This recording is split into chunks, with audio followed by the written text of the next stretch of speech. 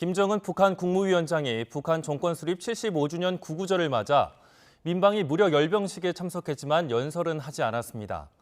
김 위원장은 딸 주혜와 주석단에 나란히 앉았는데요. 통일외교안보부 최두희 기자 나와 있습니다. 어서 오십시오. 안녕하세요. 네, 이번이 올해 벌써 세 번째 열리는 열병식 아닙니까? 일단 내용부터 전해주시죠. 네, 일단은 열병식은 어제 열렸습니다. 그리고 이제 예고편을 보면은 오늘 같은 경우에는 조선중앙 TV에서 오늘 어떤 순서를 하겠다 이런 식의 예고 방송이 나오는데 예고에는 없었지만 조금 전이죠. 12시쯤부터 낮 12시쯤부터 이 북한 매체인 조선중앙 TV에서 녹화 방송이 나오기 시작했습니다. 열병식은 약 1시간 가까이 진행되는 것으로 보이는데요. 북한은 어젯밤 늦게 이 식전 행사를 연 데 이어 오늘 새벽 0시부터 이 평양 김일성 광장에서 열병식을 진행했습니다. 예, 그 민방위 무력 열병식이라고 했는데 어떤 내용인 겁니까, 이게? 네, 그러니까 민방위 무력 열병식이라고 북한에서 이름을 붙였는데 이번 열병식은 그러니까 조선인민군, 그러니까 북한 정규군이 아닌 예비군, 우리의 예비군에 해당하는 그 노동저기군 부대를 위주로 진행이 되었습니다. 그러니까 대륙간 탄도미사일 ICBM을 비롯한 이 북한의 전략 무기도 등장하진 않은 것으로 확인됐는데요. 그러니까 우리가 흔히 알고 있던 열병식이 아니라 ICBM이 없는 열병식이었던 셈입니다. 대신에 모터사이클 종대 등이 평양의 김일성 광장을 누볐습니다. 또 트랙터나 트럭 같은 생활 노동 장비가 주로 등장했는데요. 앞서 지난 2021년 노농저기군 중심의 민간 무력 열병식과 아주 비슷한 모습이었다 이렇게 보시면 되겠습니다. 예, 그 열병식의 관전 포인트로 하면 어떤 거를 볼 수가 있을까요? 네, 일단 열병식이 시작되기 전에 제가 개인적으로 생각했던 관전 포인트가 세 가지 정도가 있는데요. 일단은 지난 7월 열병식에 이어가지고 이번에도 북중로의 결속을 보여주는 자리가 될 것인가 하는 것이 첫 번째 포인트고요. 두 번째는 김정은 북한 국무위원장이 과연 이번에는 육성 연설을 했을지, 그리고 마지막으로는 김정은 국무위원장의 딸인 주혜가 이번 열병식에 등장할지 정도로 꼽을 수가 있었는데 일단 결론적으로 말씀드리면 북중로의 결속 그림은 결과적으로는 그려지진 않았습니다. 또 김정은 국무위원장이 이번에는 연설을 안 한 것으로 최종 확인됐는데요. 김 위원장은 지난 2월 그리고 7월 열병식에서도 연설을 안 했습니다. 그래서 이번에 두 번은 안 했으니까 이번에 열병식에서는 연설을 할 거다. 뭐 이런 관측들이 나왔던 것도 사실인데 결국에는 안 한 것으로 확인됐습니다. 다만 김 위원장은 어제 북한 매체들이 보도로 나온 지난 6일 열렸던 전술핵 공격 잠수함 김군옥 영웅함 진수식에서 6개월여 만에 육성 연설에 나섰습니다. 예, 그리고 이번에 딸 김주혜가 또 나왔는데 그 좀 돋보였어요. 좀 이렇게 눈에 띄는 주인공이라고 보면 되겠습니까? 네, 그렇습니다. 제 개인적인 생각으로는 이번에는 김주혜를 의도적으로 부각시킨 그런 편집이 눈에 띄었다. 일단은 열병식 녹화 방송을 봤을 때 그렇게 판단이 드는데 그런 이유들에 대해서 한번 영상을 좀 보면서 설명을 드리면은 김정은 북한 국무위원장 같은 경우는 이제 딸 주혜와 함께 열병식에 참석을 했는데요. 주혜가 앉은 자리에 주목을 해야 됩니다. 주혜는 김 위원장과 이 주석단에 나란히 앉은 모습이 나왔는데요. 김 위원장과 주혜가 이렇게 둘이 클로즈업 되는 모습도 나왔고 김 위원장이 딸 주혜와 함께 웃거나 또 박수치는 그런 화기애애한 모습들이 영상에서 보시는 것처럼 연출이 된 측면이 있습니다. 그러니까 다정한 모습을 의도적으로 연출했다 이런 부분들이 좀 눈에 띄는데요. 주혜가 공식 석상에 또 등장한 건 지난달 27일이죠. 김 위원장의 해군사령부 방문에 동행한 이후 약 12일 만입니다. 열병식만 놓고 봤을 때는 주혜는 지난 2월 북한군 창건 75주년 기념 열병식에 이어서 이번이 두 번째 열병식 참석인데요. 이에 따라서 일각에서는 후계자 수업을 받는 게 아니냐 뭐 이런 관측도 나오는 게 사실입니다. 다만 주혜가 군사 행보에 주로 이제 등장했다는 부분들은 아무래도 좀 한계점으로 지적되는 그런 부분들이기도 한데요. 아무래도 백두혈통을 강조해서 주민 결속을 다지기 위한 그런 김정은 국무위원장의 그런 의도를 내포한 것으로 보이기도 하는 그런 측면도 있다는 부분도 명심해야겠습니다. 네, 그 화면으로 보더라도 이 김주혜 표정이 상당히 밝아 보이는데 어떻습니까? 네, 그렇습니다. 저도 이번에 그 열병식 영상을 봤을 때 김주혜가 상당히 좀 밝은 그런 모습들을 좀 연출을 했거든요. 그럼 왜 그랬을까 하는 부분을 좀 보면은 영상을 보시면은 이제 열병식에서는 반소매 정장 차림의 주혜가 시종일관 이제 김정은 국무위원장과 보시는 것처럼 이렇게 뭐 담소를 나누거나 또 이제 웃는 모습들이 자주 나오고 있는데 앞서 이 통일부에서 발표한 내용이 있습니다. 통일부에서는 이 김주혜에 대해서 최근에 표정이 좀 어둡고 의전에 좀 힘들어하고 지쳐 있다 뭐 이런 모습들을 보인다 이런 분석이 나온 바가 있는데요.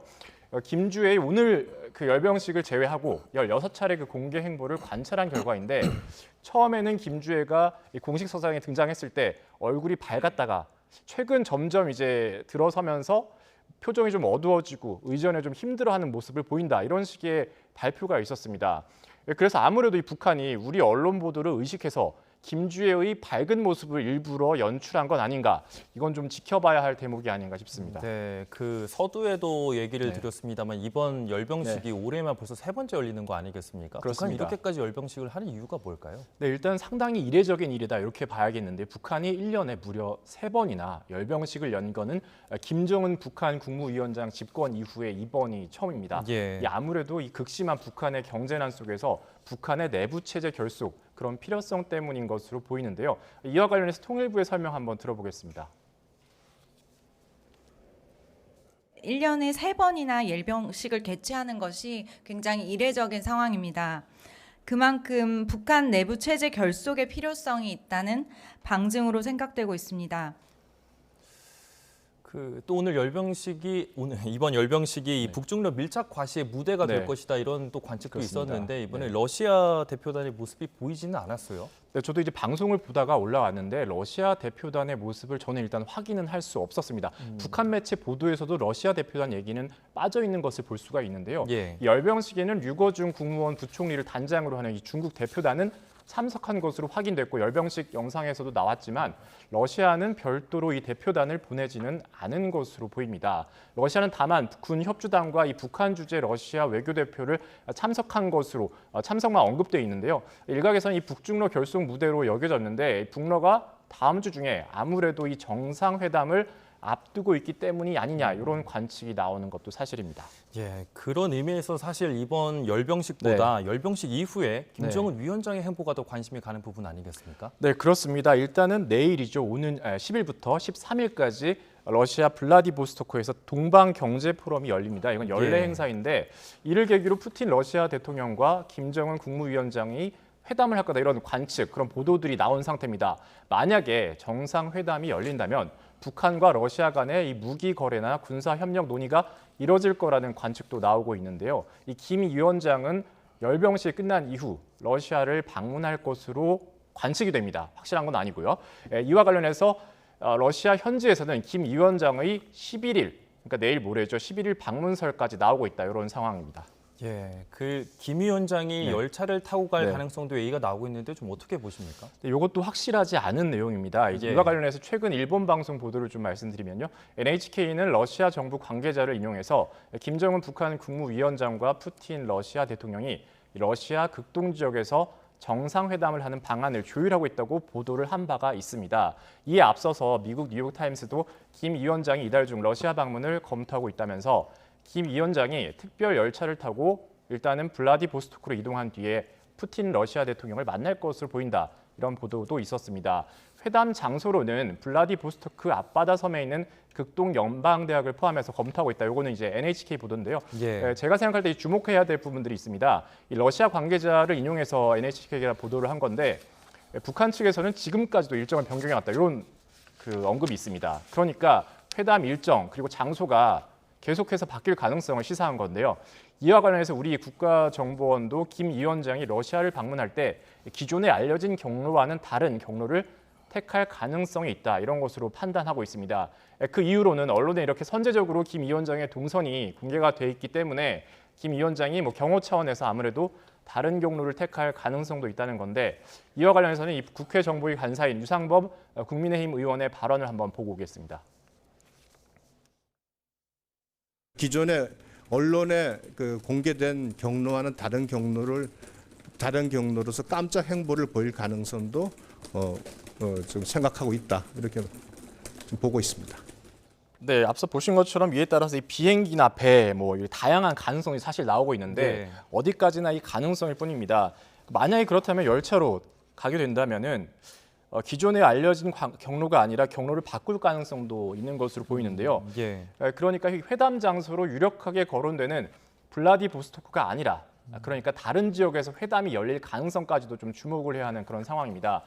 이와 관련해서 이제 매체들의 보도를 좀 종합을 해보면은 러시아 극동 최대 도시 하바롭스키나 아니면은 러시아 수도인 모스크바 등이 거론되는 그런 상황이기도 합니다.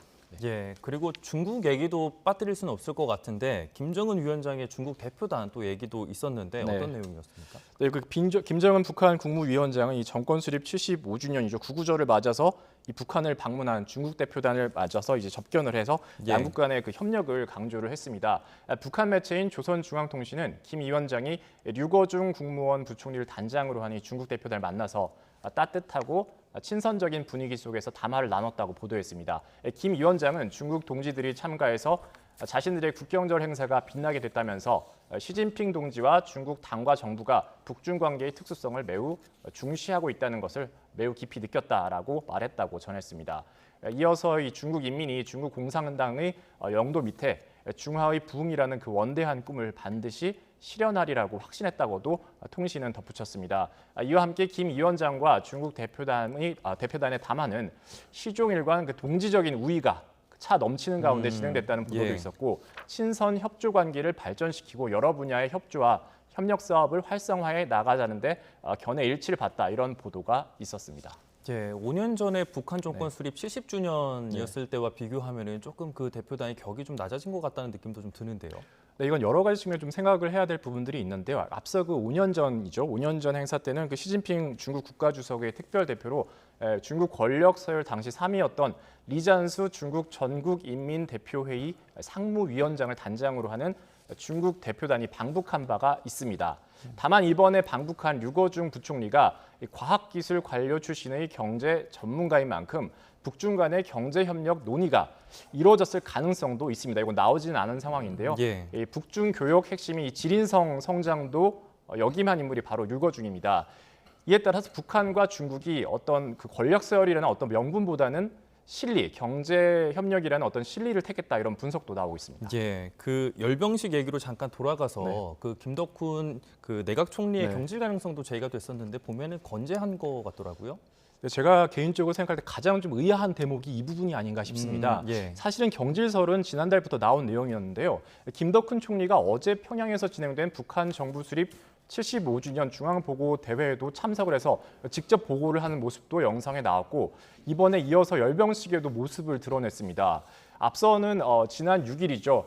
전술핵 공격 잠수함 진수식에도 모습을 드러냈고 그 이전에는 지난달 30일이죠. 그 황해남도 은율광산 서해리 분광산 준공식에도 참석을 했습니다. 그런데 이에 앞서서 김 위원장은 지난달 21일 평안남도 안석 간석지 침수 피해 지역을 찾아서 재해에 제대로 대응하지 못했다 이런 책임을 바로 다름 아닌 김덕훈 내각에게 돌리면서 일종의 경질을 예고한 바가 있습니다. 근데 아직까지도 경질이 되기는커녕 이런 공식 행사에 나오는 부분들 좀 어떻게 해석을 해야 될까 이 부분이 좀 주목되는데요. 일각에서는 이 김 총리의 인사 문제가 오는 26일 열리는 최고인민회의에서 논의될 가능성도 제기하고 있습니다. 네, 그렇군요. 잘 들었습니다. 지금까지 통일외교안보부 최두희 기자와 함께 북한 관련 이슈 자세히 들어봤습니다. 오늘 말씀 고맙습니다. 네, 감사합니다.